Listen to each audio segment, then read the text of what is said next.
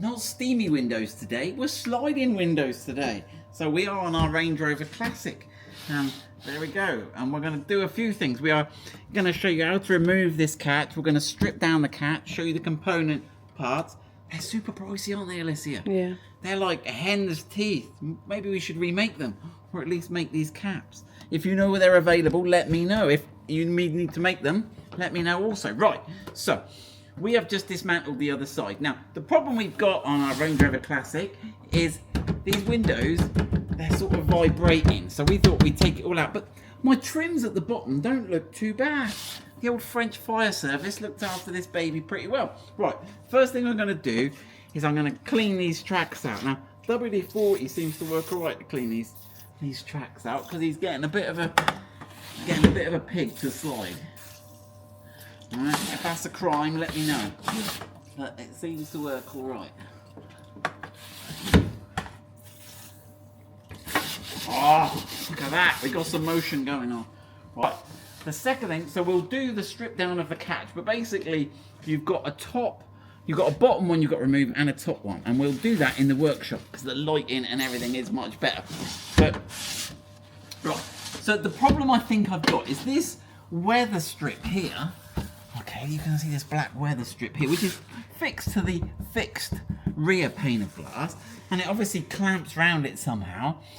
And I tried to get it off, and it's stuck onto that glass fierce. And basically, it should have a little bit of rubber on the inside that's always pushing and stops the draft, and I think stops this rattling. Okay, here we go. But this one is worn, and you can see there's excessive movement, particularly at the top there. And I'm convinced it's that rubber track. I don't know. I'm making this up. I asked AI, I said, what can I use instead of that genuine part that's not available? They said people use this part. Apparently it's from sliding windows on a Defender. So I thought, I love AI, ChatGPT. I thought it's looking brilliant. And it is. On this occasion it was rubbish because this stuff, you can see that it's not enough. When you fit it, it's not big enough. I mean, the gap's the same if I do it this way. It does clamp over the window. It does, it is a good suggestion, but look, the play is still there. If you look, it's not even touching the side. So it was a good idea, and I was all sad, and I hated ChatGPT. I was like, you're rubbish. They're like a teenager. It thinks it knows it all and just chats rubbish to you. But then I thought, maybe. Look, watch from outside, Alicia. Maybe would it fit? Like in there, right, and clamp round, right, and look at that, it squidges in there, super nice. And on the inside, I'll grab the camera a minute, on the inside it works really well. This was me trying to make it rattle with a bit of sticky foam. It's not quite long enough, but it isn't bad, we'll take it. And I think these are ridiculous. Look, right, there you go, that's all in now. Right. And on the inside, it looks right. It all just sits in there nicely. Okay, it's a bit short, and that has stopped the rattling, and we can still open and close the window. So there we go. So that's my. Oh look, it's come off, Alicia. We might have to put a bit of bond in something on. Right, let's have a look at the catch strip down. Right, so we're not in the car, so you'll have to imagine we are, but it's a lot easier to see in the workshop. So this is the catch, and basically you squeeze this together, and there's a pin that goes into the track at the bottom, okay? And it's spring-loaded, and that's how it works. So these are obviously on the outside of the window, and you can't unscrew these, and we'll look at that. So this is all you've got from the inside. So the first thing you need to do is, without breaking the glass, pop off this plastic cover. Alicia did this on the car. Oh, there you go. So that's just like what you get like on a mirror. When you get a mirror in your bathroom, you get these little sort of shower caps. Okay, and that exposes a screw. I haven't really got the right size screwdriver here. And then you can undo that screw. So this is a standard M4 screw. They look like they're stainless steel, I think. They don't seem. Right. We could check one. Okay, now this will unscrew all the way. Keep going. Okay. And what you've got there is so So you've got this sort of nylon washer, and it's got a cup face on this side, and the cup face sits against this countersunk surface of the screw. So those two sit in there, and that this also forms the clip that the cap goes onto. So that cap goes over there, right? So that's all those bits done. Now that screw also forms the pivot or the fulcrum for this lever. Okay, now on the outside of your car you'll still have this, but you can wiggle this a little bit, and this will, with some difficulty, pull out. Where did that go?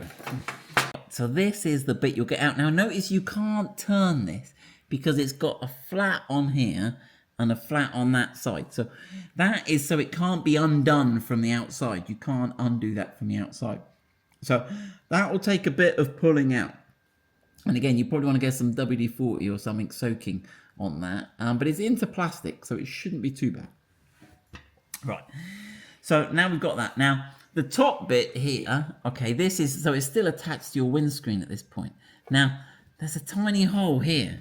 And if you get an Allen key of the correct size, okay, and you turn that, I'll show you what's happening here. Can you see that, Alessia?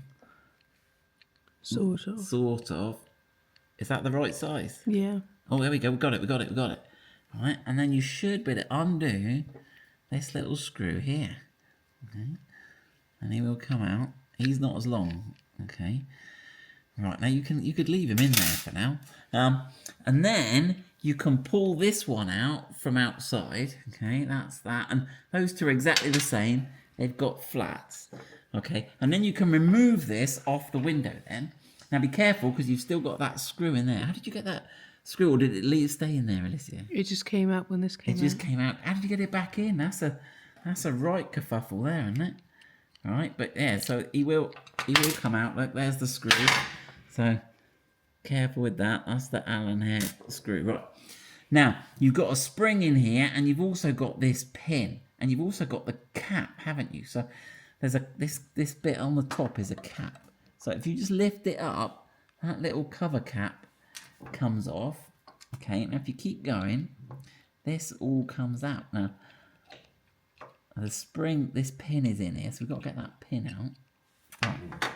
And then you'll end up with this assembly. So notice that there's a little fork in the end here, and that fork sits there. So it pushes it up and down. Like it can pull it up and spring it back down. So that's the little pin there.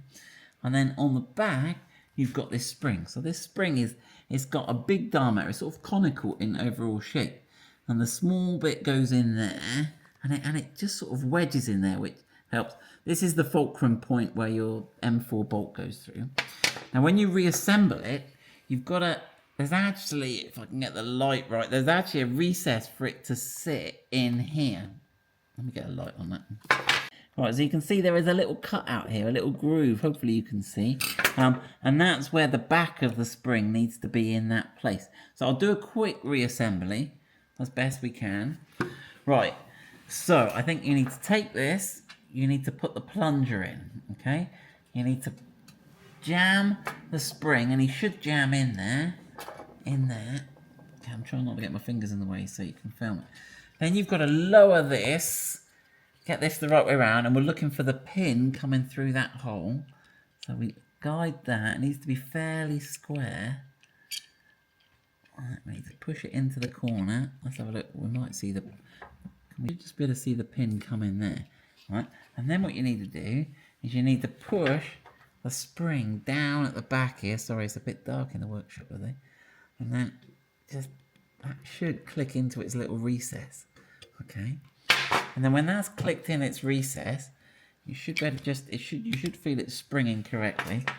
Okay, and then you need to get your M4 bolt and washer.